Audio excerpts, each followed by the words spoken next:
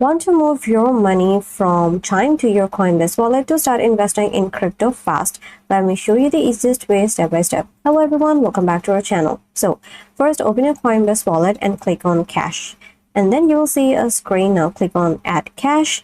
And here you have to select United States dollar as your currency. And now go to or click on from section.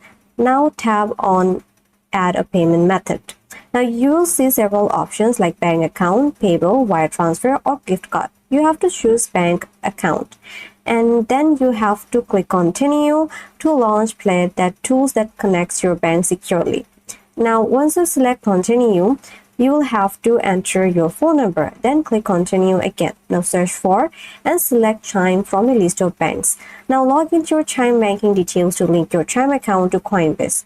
Once linked, simply just enter the amount you want to move and complete the transfer, and that's it. Your Chime account is now connected and you have sent money to Coinbase wallet easily. That's it for this video. If this video helped you out, then like this video, comment down below, subscribe to this channel, and thanks for watching.